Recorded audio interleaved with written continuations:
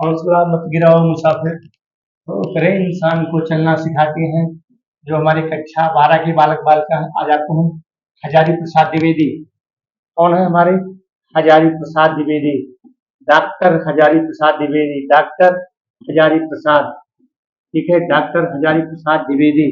अरे आज हम सारे गद्यांशों को करा देंगे, जो भी आपको 10 नंबर फ्री में लेना है। आप आज आज आपको हम ऐसी ट्रिक बताएंगे, 5 मिनट का सिर्फ आप प्यारे वीडियो पर बने, सिर्फ 5 मिनट का ऐसी ट्रिक बताएंगे, आपको 10 नंबर फ्री में मिलेंगे। फ्री में मिलेंगे, फ्री का मतलब है गद्यांश आपको दिया रहेगा, उसी में से ढूंढ के आपको कैसे आप उसको ढूंढ के तुरंत आप 4 से 5 मिनट में आंसर दे देते हैं।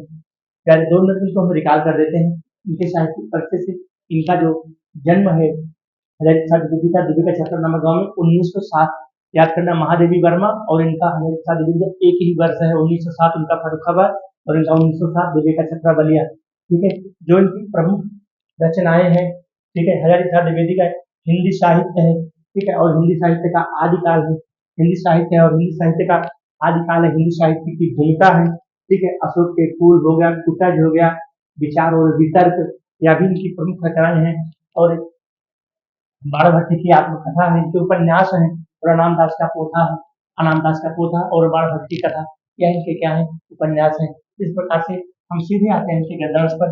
अरे गद्यांश आपको पढ़ना है और इस गद्यांश के आधार पर पूछे गए, बोर्ड परीक्षा द्वारा पूछे गए 5 प्रश्नों के आंसर किस प्रकार से आप दोगे। आज मैं इस पाठ में जितने भी गद्यांश है दोस्तों, सबको करा दूंगा और इस प्रकार से करा दूंगा। अगर आप वीडियो पर बने रहते हैं तो मैं आपको गद्यांश से प्रश्नों को ढूंढ करके उसको लिखने की विधि बताऊंगा, और उस विधि में आप अगर लिखने में सफल हो जाते हैं, पूरे आपको 10 अंक मिलेंगे। उसकी क्षमता नहीं है कि आपको 9 नंबर दे दे, ठीक है। थोड़ा सा इसको हम ओवर करते हैं, पहले आप लोग बुक सामने रखिएगा, पढ़ लीजिएगा इस गद्यांश को, फिर गद्यांश को पढ़ते रहेंगे और आंसर भी देते रहेंगे, ठीक है। यहाँ पर है गद्यांश का संदर्भ लिखना है, तो प्रस्तुत गद्यांश हमारी पाठ्य पुस्तक हिंदी के प्रस्तुत गद्यांश हमारी पाठ्य पुस्तक हिंदी की अशोक का फूल, किस पाठ से लिया गया है, अशोक का फूल नामक पाठ से अवतरित, इसको ध्यान दीजिएगा। प्रस्तुत गद्यांश हमारी पाठ्य पुस्तक हिंदी के अशोक के फूल नामक पाठ से अवतरित है, और इसके हमारे जो लेखक हैं, इसके जो हमारे लेखक हैं कौन है, इसके हमारे लेखक हैं डॉक्टर हजारी प्रसाद द्विवेदी, जो हिंदी साहित्य के सबसे बड़े आलोचक के रूप में माने जाते हैं। सबसे पहले आलोचक कौन है, जो प्रथम स्तर पर माने जाते हैं, आचार्य रामचंद्र शुक्ल, उसके बाद हमारे हजारी प्रसाद द्विवेदी आलोचक के रूप में पहले माने जाते हैं, ठीक है। ये आपका संदर्भ पूरा हो गया। अशोक के फूल को किस कवि ने सम्मान दिया, अब यहाँ पर देखिए, अशोक के फूल को किस कवि ने सम्मान दिया, थोड़ा सा गद्यांश को यहाँ करते हैं, पहले यहाँ पर देख लीजिए, अशोक के फूल को किसने सम्मान दिया, अशोक के फूल को किसने सम्मान दिया। अशोक का जो फूल है वो पहाड़ और पर्वत में, पहाड़ और पर्वत में बिल्कुल अपने जीवन को बिता रहा है, कितने झंझावातों से, कितने तूफानों से, कितने बरसातों को झेलते हुए अपने जीवन में अपने जीवन को जी रहा है। तो इसको सबसे पहले कालिदास ने, इसको पहले कालिदास ने क्या दिया था, अशोक के फूल को किस कवि ने सम्मान दिया, कालिदास ने। यहाँ पर आप पढ़ भी सकते हैं भारतीय साहित्य, इसलिए जीवन में भी इस पुस्तक का प्रवेश और निर्गम दोनों ही एक विचित्र नाटकीय व्यापार है। ऐसा तो कोई नहीं कह सकता कि कालिदास के पूर्व भारतवर्ष में इस पुस्तक का कोई नाम ही नहीं जानता था। अरे यहाँ देखो, ये आपका आंसर यहाँ मिल गया, ठीक है। कालिदास, कालिदास की पूर्व, कालिदास के पहले भी भारतवर्ष में इस पुस्तक का कोई नाम ही नहीं जानता था, ठीक है। परंतु कालिदास के काव्यों में यह जिस शोभा और सुकुमारता का भार लेकर प्रवेश करता है, तो जाहिर सी बात है प्यारे, जाहिर सी बात है दोस्तों, इस पुष्प को, अशोक के पुष्प को किस कवि ने सम्मान दिया, अशोक के पुष्प को हमारे, जो हमारे संस्कृत के आचार्य हैं कालिदास ने उसको सम्मान दिया। अब आते हैं, जो हमारा ये दो क्वेश्चन आपका हो गया है, पहला और दूसरा, जो इसमें अगला क्वेश्चन है, अगला क्वेश्चन देख लेते हैं पहले इस पीडीएफ में। जो 5-6 क्वेश्चन है, उपरोक्त गद्यांश में किस प्रसंग का वर्णन है, किस प्रसंग का वर्णन है, यहाँ पर कुटज के फूल या फिर कुटज के फूल और कालिदास का वर्णन है। अशोक पुष्प को सम्मान किससे मिला, अशोक पुष्प को सम्मान कालिदास से मिला। रेखांकित रेखांकित अंश की व्याख्या, अब यहाँ आपको व्याख्या करना है, व्याख्या देख लेते हैं। कैसे व्याख्या करोगे? यहाँ व्याख्या देख लेता है, यही तो डेढ़ लाइन है, यही है डेढ़ लाइन, इसी की व्याख्या को करना है। कालिदास के काव्यों में अर्थात जो हमारे संस्कृत के आचार्य हैं, जो हमारे संस्कृत के आचार्य हैं, कालिदास ने अपने इस अशोक के फूल को अपने काव्य में जिस प्रकार से इसको शोभा और सुकुमारता का उन्होंने प्रवेश किया। सुकुमारता माने होता है सुकुमारता, सुकुमारता का मतलब कोमल, कोमलता, ठीक है, वह पहले किसी भी और अन्य कवि ने नहीं दिया था। बस पहले शब्दों को थोड़ा सा बदल करके, शब्दों को थोड़ा सा इधर से उधर करके आपको इसको व्याख्या को लिखना है, लेकिन प्रश्न को याद करना, गांठ बांधना, प्रश्न को छोड़ना नहीं है, ठीक है। उस प्रवेश में नव वधू के लिए प्रवेश की भांति शोभा है।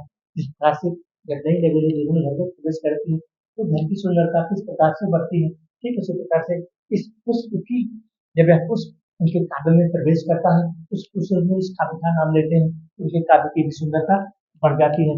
अगला क्वेश्चन देखते हैं दोस्तों, अगला क्वेश्चन क्या है?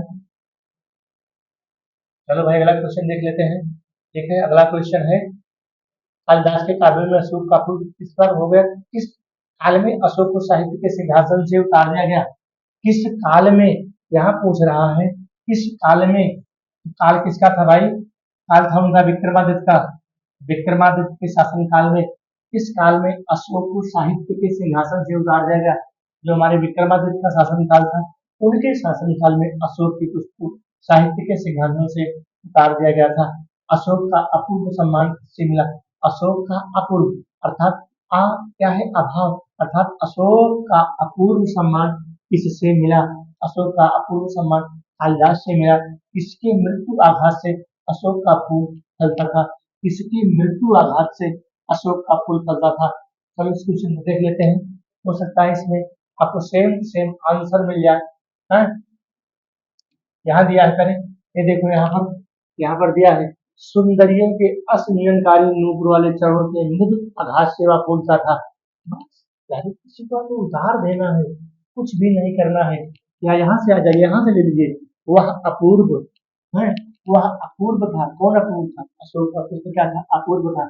और सुंदरियों के असंयमकारी नूपुर वाले चरणों के मृदु आघात से अर्थात मीठे आघात से वह हल्का फूलता था, ठीक है। बस आपका आंसर समाप्त हुआ, ठीक है। पहले इसी प्रकार से आपको आंसर देना है। अब हम चलते हैं नेक्स्ट गद्यांश पर, जो आपका अगला गद्यांश है, बहुत इंपॉर्टेंट गद्यांश है, ठीक है। यहाँ से आ है, तब हम इसको देख लेते हैं।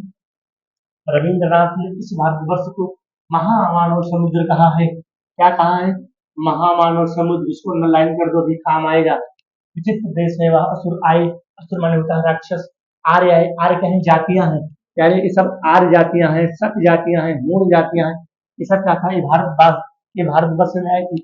ये नाग जातियां हैं, यक्ष सब जातियां हैं, ये गंधर्व सब जाति हैं, न जाने कितनी मानव जातियां यहाँ आई और आज के भारतवर्ष को बनाने में अपना हाथ लगा गई, जिसे हम हिंदू रीति नीति कहते हैं।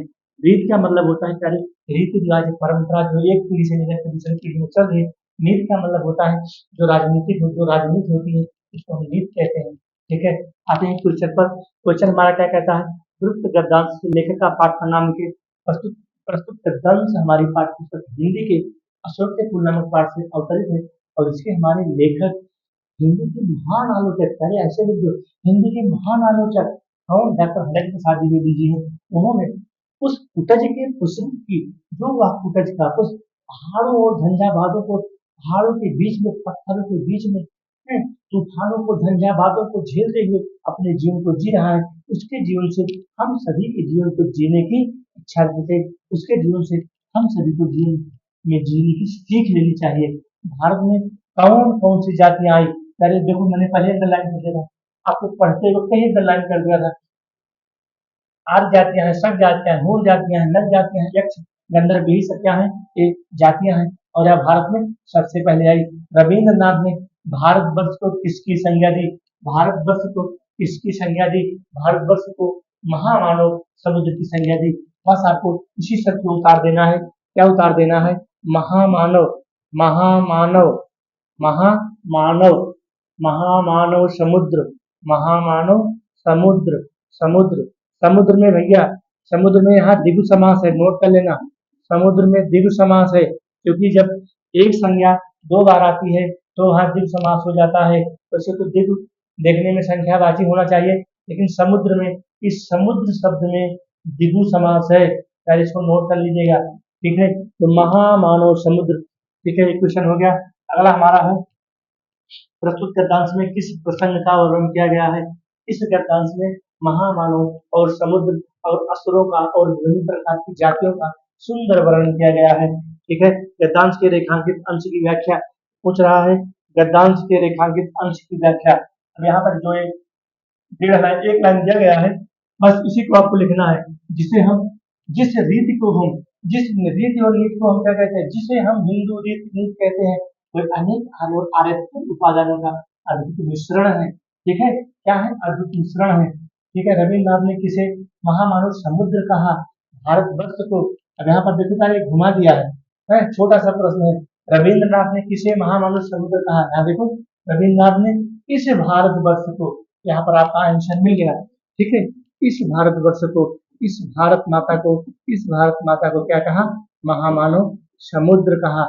इसी प्रकार से आपको आंसर देना है। ठीक है, थोड़ा सा ऊपर कर लेते हैं, थोड़ा सा ऊपर कर देंगे, आपको हो सकता है दिखाई ना पड़े। तो यहाँ पर ये हमारा आंसर हो गया। ठीक है, रविन्द्रनाथ ने किसे महामानव समुद्र कहा? भारतवर्ष को। भारतवर्ष के निर्माण में किन किन का सहयोग रहा?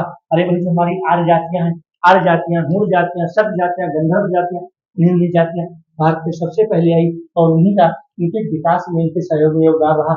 आर्य सत्य गुण कहाँ आए? सबसे पहले भारतवर्ष में आए। पहले यहाँ पर 9 क्वेश्चन, यहाँ पर आपको मैंने 10 क्वेश्चन करा दिया। ठीक है, किसने क्वेश्चन करा दिया? 10 क्वेश्चन, बिल्कुल। चलो आते हैं भाई अगले क्वेश्चन पर, अगले गद्यांश पर आते हैं। अब इस गद्यांश को आप पढ़ लीजिए, आप भी पढ़ते रहिए, आप भी परिश्रम करते रहिए। ठीक है, कर्म निर्वाधिकार दस्ते, कर्म पर भरोसा करो, कर्म करो, कर्म करो, भाग्य करो, भाग्य करो। भाग्य तो अपने आप, भाग्य लिखने से नहीं आता, भाग आता है कर्म से। ठीक है, मुझे मानव जाति की दुर्दम निर्मम धारा के हजारों वर्ष का रूप। चलो आते हैं क्वेश्चन पर। गद्यांश का संदर्भ लिखिए। संदर्भ पूछ रहा है। प्रस्तुत गद्यांश हमारी पाठ्य पुस्तक हिंदी के अशोक के कुल नामक पाठ से उद्धृत है या फिर अवतरित है, और इसके हमारे लेखक, प्यारे गद्य में लेखक पद में रचयिता, हिंदी के महान आलोचक, क्या लिखोगे? हिंदी के महान आलोचक कौन? डॉक्टर हरिहर प्रसाद द्विवेदी जैसे लिखेगा, हिंदी के महान आलोचक डॉक्टर हरिहर प्रसाद द्विवेदी जी हैं। बस संदर्भ हो गया, 2 नंबर यहाँ पर मिल गया। मनुष्य की जीवन शक्ति कैसी है? मनुष्य की जीवन शक्ति के बारे में पूछा है। देखो देखो मेरे प्यारे, यहाँ देखो, एक, मनुष्य की जीवन शक्ति बड़ी निर्मम है, बस आंसर हो गया। यहाँ भी आपको 2 नंबर मिल गया, यहाँ भी 2 नंबर मिल गया। देखो, ये मनुष्य, यहाँ दिया नहीं है, ये मनुष्य की जीवनी शक्ति, जो मनुष्य की जीने की शक्ति, जो मनुष्य की जीने की इच्छा है कि भैया हम 150 साल जिए, तो मनुष्य की जीने की शक्ति क्या है? निर्मम है। नी क्या है? उपसर्ग है। नी क्या है? उपसर्ग है। निर्मम, निर्मम अर्थात मर्म से रहित है, मर्म से रहित है। ठीक है, इसका आंसर हो गया। ठीक है, हमारे सामने आज समाज का स्वरूप कैसा है? हमारे सामने आज समाज का स्वरूप कैसा है प्यारे? कैसा समाज का स्वरूप है? यहाँ देखिए, हमारे सामने आज समाज का स्वरूप कैसा है? समाज का स्वरूप कैसा है? यहाँ पर देखो, और गद्यांश को ढूंढो, नहीं तो हम बताते हैं आंसर। समाज का स्वरूप ये यहाँ पर दिया है, देखो, पहले तीसरा प्रश्न दिया है। हमारे सामने समाज का आज आज जो रूप है, वह न जाने कितने ग्रहण और त्याग का रूप है। अर्थात जो आज हमको आजादी मिली है, कितने लोगों ने अपने प्राणों की आहुति दे दी। महात्मा गांधी, पंडित जवाहरलाल नेहरू, राजगुरु भगत सिंह, चंद्रशेखर, कितने लोगों ने तपस्याएं की, लाठियां खाई, अंग्रेजों की लाठियां खाई, गोलियां खाई, तब आज हम शान से भारत माता की जय बोलते हैं।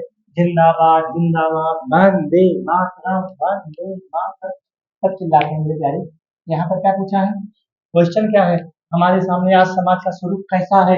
हमारे सामने आज समाज का स्वरूप, जो स्वरूप है, वह न जाने कितने ग्रहण और त्याग का रूप है।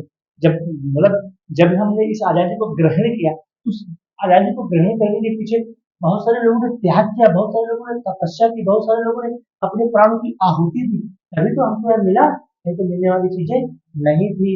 प्यारे, अगला हमारा है लेखक। लेखक ने मनुष्य की जिजीविषा को किस रूप में जिजीविषा माने होता है हजारों वर्ष जीने की इच्छा, हजारों वर्ष तक जीने की इच्छा। अगर इसको देख लीजिए यहाँ पर, लेखक ने केवल मनुष्य की दुर्गम जिजीविषा जीने की इच्छा व गंगा की अबाधित अनाहत, अनाहत माने बिना रुके हुए, अनुपसर्ग है, अनुपसर्ग धारा के समान सब कुछ हजम करने के बाद भी पवित्र है। मनुष्य ऐसा प्राणी है, सब कुछ खा लेता है, सब कुछ कर लेता है, सब कुछ हजम कर लेता है, इसीलिए इसका नाम क्या है? मनुष्य है। ठीक है, अगला क्वेश्चन दिख रहा है, करें रेखांकित अंश की व्याख्या कर लोगे। अभी इतनी देर तक कर रहे मैं मैं इतनी देर तक बोल रहा हूँ, कुछ भी ना समझ में आए, अगर मेरी तरह व्याख्या न कर पाना तो चाहे शब्द को बदल के इधर से उधर करके घुमा देना और 2 लाइन लिख देना, बस 2 नंबर आपका कंप्लीट हो जाएगा। ठीक है, अगला है मनुष्य को क्या स्पष्ट दिखाई दे रहा है? मनुष्य को क्या स्पष्ट दिखाई दे रहा है? देखो भाई वेदांत में जो हो, मनुष्य को क्या स्पष्ट दिखाई दे रहा है? मनुष्य को क्या स्पष्ट यहाँ पर दिखाई दे रहा है? वेदांत में जो हो, मनुष्य ने नई शक्ति पाई है। देखो संघर्षों से मनुष्य ने क्या पाई है? नई शक्ति पाई है, वही मनुष्य को दिखाई पड़ रहा है। सेम टू सेम, हर क्वेश्चन सेम टू सेम थोड़ी मिलेंगे, क्वेश्चन को तो इधर उधर मिलेंगे। मनुष्य को क्या इस पर दिखाई दे रहा है? मनुष्य को संघर्षों से नई शक्ति, थोड़ा सा इसको हम ऊपर कर लेते हैं ताकि आपको और अच्छे से दिखाई पड़ने लगे। चलो अब दिखता होगा ना, अब तो दिखता होगा, अब दिखता होगा। बस रुक जाओ भाई, रुक जाओ। चलो, मनुष्य ने मनुष्य ने नई शक्ति किससे पाई? मनुष्य ने नई शक्ति किससे पाई? अरे जिन्होंने त्याग और तपस्या की, उन क्रांतिकारियों से, उन महापुरुषों से नई शक्तियां मिली। धर्माचार्यों और विश्वासों का अर्थ स्पष्ट कीजिए। धर्माचार्यों, धर्माचार्यों का मतलब होता है धर्म का पालन करने वाला। धर्माचार्यों का मतलब होता है धर्म का पालन, नोट कर लीजिएगा, धर्म का पालन करने वाला, धर्म का पालन करने वाला, ये क्या हो गया? धर्माचार, धर्म का पालन करने वाला। अगला क्या है? विश्वास। विश्वास तो जान ही रहे हो, एक दूसरे का, पति पत्नी का जो विश्वास होता है, भाई भाई का जो विश्वास होता है, जो बहन बहन का विश्वास होता है, माता और पुत्र का जो विश्वास होता है, अगर किसी ने विश्वास को तोड़ दिया तो फिर वह आदमी नजरों से गिर जाता है। ठीक है, अगले हम पैराग्राफ पर चलते हैं। आज हम इसमें जितने भी हमारे गद्यांश से करें, मैंने पीडीएफ बना लिया है। आज मैं एक ही पीडीएफ में आपको समाप्त करूंगा। ठीक है, मैं इधर उधर नहीं पढ़ाऊंगा, एक ही पीडीएफ में मैं इसको समाप्त करूंगा। पहले इसको थोड़ा सा पढ़ लीजिए, फिर प्रश्न हमारे जो है नीचे है। मगर उदास होना भी बेकार है, अशोक आज भी उसी मौज में है जिसमें आज से 2000 वर्ष पहले था। कहीं भी तो कुछ नहीं बिगड़ा, कुछ भी तो नहीं बदला, बदली है मनुष्य की मनोवृत्ति। मनोवृत्ति का मतलब होता है मन की आंतरिक इच्छा, यदि बदले बिना वह आगे बढ़ सकती तो शायद वह भी नहीं बदलती। ठीक है, और क्वेश्चन देखते हैं, इसे पढ़ते रहेंगे, पहले आपको बताते रहेंगे, नहीं तो टाइम ज्यादा लग जाता है। ठीक है, उपयुक्त गद्यांश का संदर्भ, प्रस्तुत गद्यांश हमारी पाठ्यपुस्तक हिंदी के अशोक के फूल नामक पाठ से अवतरित है और इसके हमारे लेखक हैं हिंदी के महान आलोचक डॉक्टर हजारी प्रसाद द्विवेदी जी हैं। ठीक है, जिनका जन्म कहाँ हुआ था? दिल्ली का छपरा नामक गाँव में 1907 में। महादेवी वर्मा 1907 फर्रुखाबाद और डॉक्टर हजारी प्रसाद द्विवेदी 1907 दुर्गापुरवा छपरा गाँव में। इनकी जो प्रमुख रचनाएं हैं आपको बता दिया है। हिंदी साहित्य है और हिंदी साहित्य का आदिकाल है, ऐसी रचनाएं हैं। और इनके जो है ये है बाणभट्ट की आत्मकथा है, अनंतदास का पोथा है, विचार और वितर्क है। ठीक है, और आलोक पर्व है, कृतज्ञ विचार प्रवाह, अशोक के फूल, ये सत्याग्रह की काव्य रचनाएं हैं। तो संदर्भ हो गया और हम आगे आते हैं। पंडिताई किस प्रकार एक बोझ है? पंडिताई किस प्रकार एक बोझ है? देखते हैं पंडिताई क्या है। पंडिताई माने जो पंडित होते हैं, जो पूजा पाठ कराते हैं, वही पंडिताई होगा। पंडिताई वही हो सकता है, और क्या होगा? पंडिताई वही होगा जो पंडिताई पूजा पाठ कराते हैं। देखते हैं यहाँ पंडिताई शब्द कहीं दिख रहा है? पंडिताई शब्द कहीं दिख रहा है? हमें तो नहीं दिख रहा है, कहीं दिख रहा होगा तो बताओ भाई। पंडिताई शब्द, पंडिताई शब्द क्या है? एक प्रकार का बोझ है, ऐसा मानना है? नो नो नो नो, कहाँ गया भाई पंडिताई शब्द? पंडिताई शब्द बोझ यहाँ मिल गया, यहाँ दिख गया कि यहाँ से यहाँ, पंडिताई, पंडिताई भी एक बोझ है। कैसे बोझ है? जितनी भी भारी होती है उतनी ही तेजी से डुबाती भी है। अरे जब किसी का अनैतिक कर्म करोगे, अनैतिक कर्म करके जब पैसा को कमाओगे तो वो डुबा ही देगी, वही है पंडिताई एक बोझ है। पता लगा तुम कहीं गए हो जाप करने, झूठे ऐसे माला फेर रहे हो, मंत्र नहीं पढ़ रहे हो, उसका प्रभाव तुम्हारे ऊपर पड़ेगा, तुम्हारे बच्चों पर पड़ेगा, तो पंडिताई एक बोझ तो है ही। जब अनैतिक खाओगे तो अनैतिक उसको भोगेगा कौन? तुम ही भोगोगे भी। जैसे खाओगे वैसे भोगोगे, जैसा अन्न वैसा भेष होगा। ठीक है। गद्यांश में किसकी विवेचना की गई है? अशोक के फूल की विवेचना गई है। प्रस्तुत गद्यांश में लेखक किसकी मनोवृत्ति बदलने की बात कर रहा है? मनुष्य की मनोवृत्ति बदलने की बात कर रहा है। किसकी मनोवृत्ति बदलने की बात कर रहा है? मनुष्य की। यहाँ देखो, मनुष्य की मनोवृत्ति, मनोवृत्ति शब्द अभी मिला था, देखो ये बदली है, ये बदली है मनुष्य की मनोवृत्ति। अर्थात मनुष्य की जो मनोवृत्ति है, जो मनुष्य की पशुवत प्रवृत्ति है, आज मनुष्य पशु के समान हो गया है। कैसे हो गया है? पहले पशु के समान हो गया है। मनुष्य आज पशु की तरह है, कितने प्रकार के कीड़े मकोड़ तमाम प्रकार के वो भक्षण कर रहा है। उसी की मनोवृत्ति को यहाँ पर है, हजारी प्रसाद द्विवेदी ने बदलने का प्रयास किया है। ठीक है। अगला हमारा है, अगला क्वेश्चन देखते हैं। अगला क्वेश्चन है, अशोक आज भी उसी मौज में क्यों है? क्योंकि अशोक परिश्रम कर रहा है। जो अशोक का फूल है वो परिश्रम कर रहा है। ठीक है। यहाँ पर देखो अशोक, यहाँ पर देखो अशोक आज भी उसी मौज में है जिसमें आज से 2000 साल पहले कहीं भी कुछ नहीं बिगड़ा। क्योंकि क्योंकि मनुष्य की मनोवृत्ति, अर्थात मनुष्य की मनोवृत्ति गिर गई, लेकिन अशोक का जो पुष्प है वो बेहद पर्वतों में, पहाड़ों पर, झंझावातों के बीच भी अपने जीवन को जी रहा है। उससे हमको, अशोक के फूल से हमको अपने जीवन में जीने की राह लेनी चाहिए, जीने की इच्छा लेनी चाहिए, जीने का रास्ता हमको अपनाना चाहिए। कितने उस पहाड़ में आंधी तूफान बरसात के झंझावातों को झेलते हुए अशोक अपने जीवन को व्यतीत कर रहा है। चलो ठीक है, आगे चलते हैं, आपको अगला गद्यांश पढ़ाते हैं। अगला गद्यांश क्या है हमारा? आज हम इस पाठ को पूरा का पूरा समाप्त करेंगे। सारे यहाँ तक हो गया है ना? हाँ, यहाँ तक हो गया है। इसको पढ़ाना है, छोटा सा गद्यांश है। चलो भाई इसको भी देख लेते हैं। यहाँ तक है, ठीक है, यहाँ तक है। क्या है यहाँ पर? कहते हैं दुनिया बड़ी भुलक्कड़ है। भुलक्कड़ के अक्कड़ प्रत्यय है यहाँ पर। ठीक है, अक्कड़ प्रत्यय है, अक्कड़। ये क्या है? अक्कड़। और इसमें अक्कड़ प्रत्यय हो गया तो हमारा क्या हो गया? ये हमारा प्रत्यय हो गया, ये हमारा प्रत्यय हो गया। और क्या है? भूल। ये भूल क्या है? मूल शब्द है। क्या है? ये मूल शब्द है। इसी को हम शब्दांश भी कहते हैं।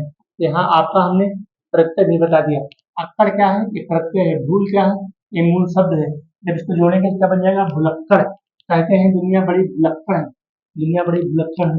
केवल उतना ही याद रखती है जितने से उसका स्वार्थ समझ जाए, जितने से हमारा काम हो, जितने से आपका काम हो। जैसे तुम लोग बस 2 मिनट पढ़ते हो, बस लगता है उसी में से हमको सब 90 नंबर मिल जाए। 90 नंबर ये 2 मिनट तो नहीं मिलने वाला है, बाकी को फेंक कर आगे बढ़ जाती है। शायद अशोक से भी उसका स्वार्थ नहीं सधा, क्योंकि उसे वह याद रखती। संदर्भ कैसे लिखोगे? प्रस्तुत गद्यांश हमारी पाठ्यपुस्तक हिंदी के अशोक के फूल नामक पाठ से अवतरित है और इसके मान लेखक हिंदी साहित्य के महान आलोचक डॉक्टर हजारी प्रसाद द्विवेदी जी हैं। इन्होंने अपने इस पाठ में, इस निबंध में, निबंध है ना ये, अशोक का फूल निबंध है, कुटा अशोक का निबंध है। इस निबंध में इन्होंने विशेष झंझावातों के बीच, विशेष बेहद झंझावातों के बीच, बेहद मतलब बेहद कठिनाइयों के बीच जीवन जीने की कला को बताया है। ठीक है, रेखांकित अंश की व्याख्या कर लोगे। ठीक है, कहते हैं दुनिया बड़ी, लोग कहते हैं कि दुनिया बहुत भूलने वाली है, कोई भूलने वाले नहीं है। आदमी अपने स्वार्थ को, अपने स्वार्थ को सीधा करने के लिए कैसे क्या कर जाए, फिर बाद में बदल जाता है। जैसे उसका स्वार्थ पूरा हो जाता है फिर अपनी बात को बदल देता है, भैया मैंने तो नहीं कहा था, उसका काम हो जाए फिर कहानी खत्म। अगला है, सारा संसार स्वार्थ का खाना ही तो है, इसे स्पष्ट कीजिए। इसका मतलब ये है कि जो पूरा संसार है इतना ही स्वार्थ का अखाड़ा है। ठीक है, भाई भाई हो, ठीक है, एक भाई ज्यादा कमाने लगा, छोटे वाले भाई को थोड़ी देता है, अरे कमाए जाए भाड़ में जाए। ठीक है, बहुत कम है, 1 या 2% ऐसे लोग हैं जो अपने भाई की मदद कर सकते हैं, बाकी दुनिया में कोई मदद करने वाला नहीं है। अपना धन और अपना बल वही काम करता है। अरे नोट करना। ठीक है, शब्द आ गया है, अब आपको हम बता ही दे रहे हैं। कहते हैं क्या है? धन। जितना आपके पास धन होगा और जो आपके पास बल होगा, ठीक है, वही आपका काम करेगा। आपका जो माता पिता है वो जन्म के साथ ही, लेकिन कर्म के साथ ही नहीं। कर्म तो आपको करना ही पड़ेगा। एक भाई ज्यादा पैसा कमा रहा है, दूसरा भाई गरीब है, लेकिन बड़ा भाई ये सोचता नहीं कि इसको भी थोड़ा सा उठा दे, क्या भी कमाने लगे, और नीचे चला जाता है कि उसकी संपत्ति, उसका धन दौलत हमको मिल जाए, यही जमाना है। ठीक है, यही है, सारा संसार स्वार्थ का अखाड़ा है। ये सारा संसार, जो पूरा संसार दिख रहा है, जो पूरा मृत्यु लोग दिख रहा है, ये सब स्वार्थ के लिए जी रहे हैं, सब स्वार्थ के लिए जी रहे हैं, सबका अपना अपना स्वार्थ है, अपने स्वार्थ की पूर्ति में सब लगे हैं, सारा संसार स्वार्थ का अखाड़ा है। इसे स्पष्ट कीजिए। स्पष्ट हो गया। लेखक ने गद्यांश को किस प्रकार से लोगों को स्वार्थी कहा है? अरे स्वार्थी वही है कि जो अपने स्वार्थ की पूर्ति के लिए, अपने स्वार्थ की पूर्ति के लिए नंगा हो जाते हैं, और जैसे उनका स्वार्थ पूरा हुआ, कहानी खत्म, बिस्तरा बटोरे और चल देते हैं। ठीक है, झूठ बोलने लगते हैं, अपने स्वार्थ की पूर्ति करने के लिए झूठ बोलने लगते हैं। प्रस्तुत गद्यांश में किस प्रसंग की चर्चा की गई है? प्रस्तुत गद्यांश में अशोक के फूल की चर्चा की गई है और स्वार्थ की भी चर्चा की गई है। यहाँ अशोक के फूल से हमको जीने की इच्छा मिलती है, जीने की ताकत मिलती है। इस प्रकार से वह बेहद बेहद जंगलों में, पहाड़ और पर्वतों के बीच आंधी तूफान और बरसात को झेलते हुए अपने जीवन को जी रहा है। और यहाँ पर तो अशोक के फूल की भी, अशोक के पुष्प की भी हमको उसे सीख लेनी चाहिए। और क्या है, यहाँ स्वार्थ की बात बताई गई है। किसकी बात बताई गई है? स्वार्थ की बात बताई गई है। यानी अगला हमारा पैराग्राफ चलते हैं, अगला आपको सॉल्व करा देते हैं। पूरा गद्यांश समझ, पूरा समाप्त करेंगे, जो भी टाइम लगेगा लगने दीजिए भाई, क्योंकि इसको मैंने पीडीएफ बनाया है, पीडीएफ जब बना दिया है तो पूरा समाप्त ही कर देंगे। ठीक है, इसको पढ़ लीजिएगा, समय यहाँ यहाँ समय ज्यादा चला जाता है। संदर्भ आपको लिख ही लोगे। प्रस्तुत गद्यांश हमारी पाठ्यपुस्तक हिंदी के अशोक के फूल नामक पाठ से उद्धृत है, और इसके हमारे जो लेखक हैं, हिंदी के महान आलोचक डॉक्टर हजारी प्रसाद द्विवेदी जी हैं। रेखांकित अंश की व्याख्या, पहले अगर कुछ भी ना आए तो शब्द को बदल करके लिख देना। अगर आपको संदर्भ पता हो गया कि किस पाठ से है, किसके लेखक हैं, तो 10 नंबर आपका पक्का। इसी में से हाथ पैर पटक करके सारे उत्तर दे देना, कहीं भी किसी की कॉपी में मत झांकना, मेरी गारंटी है पूरा नंबर मिलेगा। मैं कॉपी देखता हूँ पहले। यहाँ पूछा है, महादेव के मन में क्षोभ पैदा करता था। महादेव शंकर जी का नाम है। वह महादेव के मन में कष्ट पैदा करता था। मर्यादा पुरुषोत्तम की स्थिति में सीता का भ्रम पैदा करता था। अरे सीता का भ्रम ही पैदा होता था जब सीता को रावण चुरा ले गया था। पता नहीं किस स्थिति में रखा है, भोजन पानी मिल रहा है, रहने की व्यवस्था है कि नहीं, ये सब भ्रम भगवान राम के मन में चल रहा था। ये आपको व्याख्या करनी है। रेखांकित अंश की व्याख्या बस इसी प्रकार से आपको दर्शा देना है। ठीक है, अगला हमारा है, प्रस्तुत गद्यांश में लेखक का क्या उद्देश्य है? अरे लेखक का यही उद्देश्य है कि व्यक्ति को स्वार्थी नहीं होना चाहिए, व्यक्ति को स्वार्थी नहीं होना चाहिए। हाँ, स्वार्थ से रहित व्यक्ति को, स्वार्थ से रहित, अरे क्या, स्वार्थ से रहित, स्वार्थ से रहित होना चाहिए। व्यक्ति को स्वार्थी नहीं होना चाहिए। और दूसरी चीज, अशोक के फूल की तरह जीवन को जीने की इच्छा रखो। बेहद कठिन परिस्थितियों में पहाड़ और पर्वतों के बीच उन शिखरों के ऊपर अपने जीवन को जी रहा है, उससे हमको जीने की इच्छा करनी चाहिए। अगला हमारा है, किस फूल की सुंदरता के कारण सुंदरियां उन्हें अपने कानों का आभूषण बनाती हैं? किस फूल की सुंदरता के कारण? तो यहाँ पर कौन सा फूल होगा, देखते हैं। अशोक, अशोक का फूल सुंदरियों के असिंजनकारी मृदुआघात सेवा फलता पूजा का कौन? अशोक। यहाँ पर आपका आंसर हो गया। किस फूल की सुंदरता के कारण सुंदरियां उन्हें अपने कानों का आभूषण बनाती है? यहाँ आपका आंसर हो जाएगा अशोक का फूल। यहाँ आपका आंसर हो जाएगा अशोक का फूल। बस करेक्ट, यही आपका आंसर हो गया। अगला हमारा है, संस्कृत के किस कवि ने अशोक को अपने साहित्य में स्थान दिया? तो इसको तो पहले ही, इसके पहले भी गद्यांश में हमने आपको उत्तर बताया था, कालिदास। किसने दिया था? कालिदास ने दिया था। बस ये भी गद्यांश आपका पूरा हो गया। अब हम चलते हैं अगले गद्यांश पर, अगले गद्यांश पर चलते हैं। इसके बाद भी अभी गद्यांश है कि नहीं है देख लेते हैं। इसके बाद अभी एक और है, बस एक और है सारे, यानी कि 2 गद्यांश बचे हैं। एक इसको मैं करा ही रहा हूँ और उसके बाद एक और बचेगा। बस रुक जाओ भाई, बस इसके बाद एक और बचेगा। ठीक है, बहुत सुंदर प्यारे, इसको पढ़िए। पढ़ने के बाद मैं तो पढ़ता रहूंगा, मैं सीधे आंसर बनाता हूँ, यह टाइम वेस्ट करने से फायदा नहीं है। पहला है, सामंत सभ्यता, सामंत सभ्यता की परिस्कृति रुचि का प्रतीक कौन है? सामंत सभ्यता की परिस्कृति का मतलब होता है सुंदर, ये बिल्कुल तत्सम शब्द है। परिस्कृति तत्सम शब्द है, ध्यान दीजिएगा। सामंत सभ्यता की, यहाँ पर देखिए सामंत सभ्यता से कहीं है नहीं तो हम तुमको हम बताएंगे, यहाँ पर है, ये है, वह उस विशाल सामंत सभ्यता की परिस्कृति रुचि का ही प्रतीक, जो साधारण प्रजा के परिश्रमों पर पली थी। बस यहीं तक आपको लिख देना है, इसका आंसर हो गया। अगला है, आज उस सामंती सभ्यता की क्या स्थिति है? आज उस सामंत आज उस सामंती सभ्यता की स्थिति के बारे में यहाँ पूछा है। आज उस आज उस सामंत सभ्यता की स्थिति क्या है? बहुत ही समृद्ध हुई है। क्या है? बहुत ही समृद्ध हुई है। उस सामंत की सभ्यता की स्थिति यहाँ पर देखिए, यहाँ पर आपको लिख देना है, यहाँ से लिखना है दोस्तों, यहाँ से लिखना है, ठीक है। सभ्यता की क्या है? आज उस सामंती सभ्यता की क्या स्थिति है? अरे भाई, उस सामंती मनोहर जितना भी राष्ट्र में हो, जितना भी अलंकार में हो, परंतु वह उस विशाल के उसके रक्त के संसार कणों का खाकर भरी हुई और लाखों करोड़ों में, यहाँ तक आप इसको आंसर ले सकते हैं, यहाँ तक, यहाँ पर, यहाँ से आपको यहाँ तक ले सकते हैं, ठीक है। ये कौन है? दूसरे का। आज का शीर्षक तथा लेखक का नाम जान ही रहे हो। आज का शीर्षक क्या है? अशोक का फूल। लेखक कौन हमारे हो गए? हिंदी के महान आलोचक डॉक्टर हजारी प्रसाद द्विवेदी हो गए, ठीक है। यहाँ जाते हैं, दूसरा देख लेते हैं। लाखों करोड़ों की उपेक्षा से कौन समृद्ध हुई? लाखों करोड़ों की उपेक्षा से कौन समृद्ध हुई? क्या समृद्ध हुई भाई लाखों करोड़ों की उपेक्षा से? लाखों करोड़ों की उपेक्षा से क्या समृद्ध हुई? यहाँ पीछे चले जाओ। हैं? उसके रक्त के उसके रक्त के संसार कणों, यहाँ इसका आंसर छिपा है सारे। इसका आंसर यहाँ पर छिपा है, यहाँ छिपा है इसका आंसर। मुझे हटा देते, थोड़ा सा तब मिलेगा आपको, ठीक है। उसके रक्त के संसार कणों को खाकर, हैं? उसके उसके रक्त के संसार के कणों को खाकर बड़ी हुई और लाखों करोड़ की ऊंचाई जो समृद्धि हुई, वह सामंत उखड़ गए। इसका आंसर हो गया सामंत, सामंतवाद। इसका आंसर है सामंत सभ्यता। सामंत सभ्यता किसके आधार पर पली बढ़ी? सामंत सभ्यता। इसका आंसर समझिए ना, लाखों करोड़ों की उपेक्षा से कौन समृद्ध हुई? मतलब सामंत, इनकी बहुत उपेक्षा की गई, फिर भी यह क्या हुए? ये समृद्धि हुए, होते चले गए। अगला हमारा है रेखांकित अंश की व्याख्या, इसको कर ही लोगे, यहाँ से यहाँ तक है। ये कोई सामंत उखड़ गए, सामंत ढह गए, और मदनोत्सव की धूमधाम भी मिट गई। जो सामंतवाद था, सामंतवाद का मतलब जो शोषित वर्ग था। एक सामंतवाद, एक पूंजीवाद होता है, एक सामंतवाद होता है, शोषित वर्ग होता है। यह सब पहले इन वर्गों का जन्म हुआ था।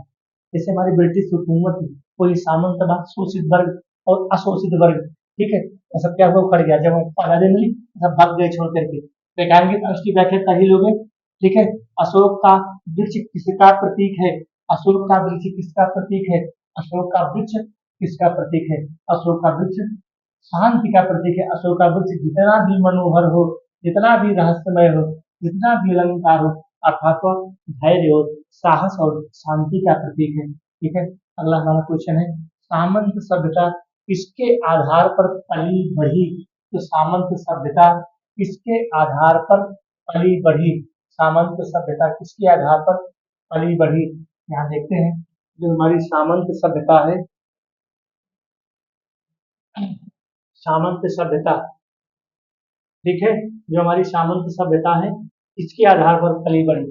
भाई, ये हमारे भारत देश, हमारे देश की वासियों के साथ साथ हमारे देशवासियों ने यहाँ पर इनको रहने के लिए स्थान दिया, खाने पीने की सुविधा कराई, तभी तो सामंतवाद बढ़ा, ठीक है। अगला क्वेश्चन है,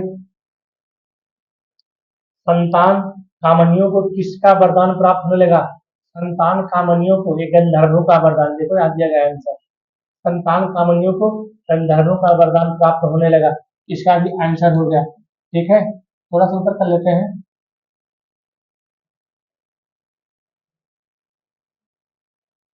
बहुत क्वेश्चन थे इसमें, इसमें 10-12 क्वेश्चन थे।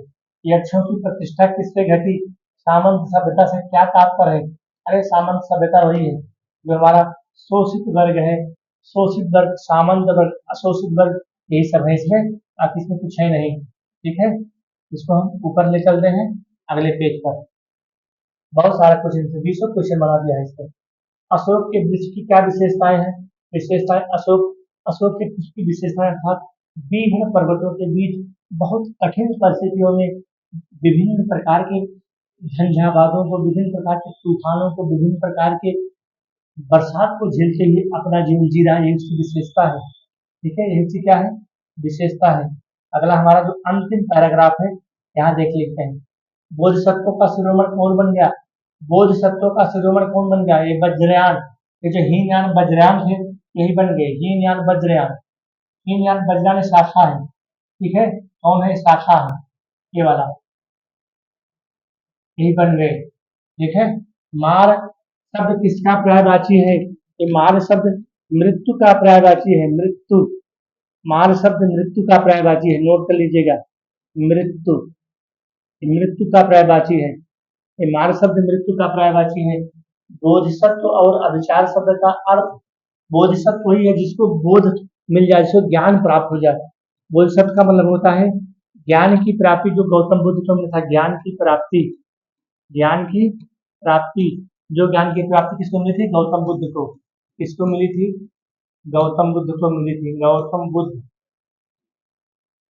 ठीक है। बोधिसत्व और अभिचार, अभी क्या है? हमारा उपसर्ग है अभिचार, क्या है प्यारे? ये है अभिचार।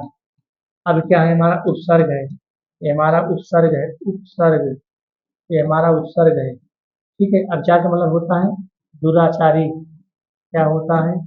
दुराचारी, दुराचारी होता है, ठीक है। अभिचारी, जिसको हम अभिचारी कहते हैं, तो दुराचारी हो गया। तो रेखांकित और उसकी व्याख्या कई लोग अभी तक व्याख्या ही करते आ रहे हैं। पाठ का शीर्षक और लेखक का नाम, पाठ का नाम है अशोक के फूल। जो हमारे लेखक हो गए डॉक्टर हजारी प्रसाद द्विवेदी, जो हिंदी साहित्य के सबसे बड़े आलोचक माने जाते हैं।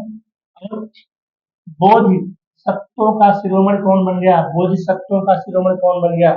इसका आंसर देख लेते हैं। बोधिसत्वों का शिरोमणि वज्रयान बन गया, ठीक है, वज्रयान बन गया। दोस्तों इस प्रकार से हमारा यह पाठ समाप्त होता है। अगला हम अगले वीडियो में आपको मिलेंगे, तब तक के लिए धन्यवाद।